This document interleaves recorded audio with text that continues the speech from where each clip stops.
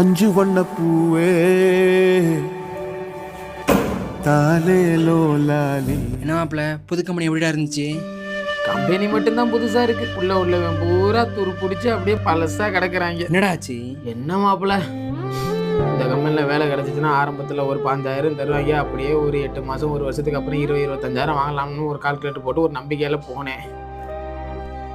இவங்க மத்தியில் அந்த 15,000 வாங்குறதே பெரும்பாடா ஆயிரும்னு தெரிஞ்சுக்கிட்டேன். அவன் வயிற்று பொழப்பதான்டா பார்க்குறாங்க.